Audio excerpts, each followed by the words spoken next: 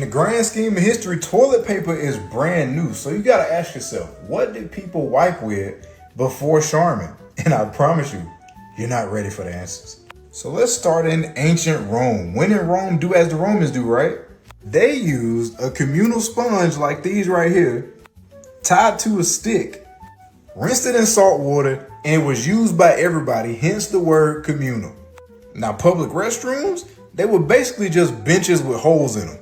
There was no stalls, no shame. Like, could you imagine sitting next to somebody who was just taking the meanest dump of your life, knowing you about to get the communal sponge stick after him?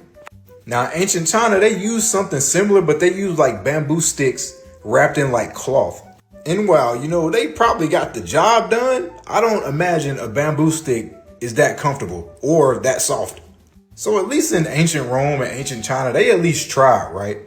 Medieval Europe said, you know what? I see that and I don't care. Most of the people in medieval Europe didn't wipe at all.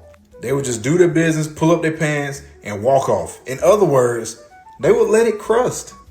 And we can't leave out the early Americans. So in early America, people wipe with, guess what? Corn cobs, baby. Yeah, the same ones from the field. And of course they didn't have the corn on them. It was after they ate the corn off of it. And I see the vision, like you can definitely maneuver it up there and it's probably softer than a bamboo stick or a communal sponge. But we started making progress. So if they weren't using corn cobs, they were using pages from like old newspapers or pages out of catalogs.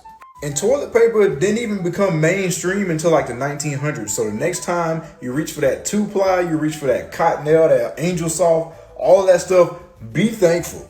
Be thankful that it's not a eaten corn cob, a bamboo stick, or a sponge on a stick that 5 people just used before you.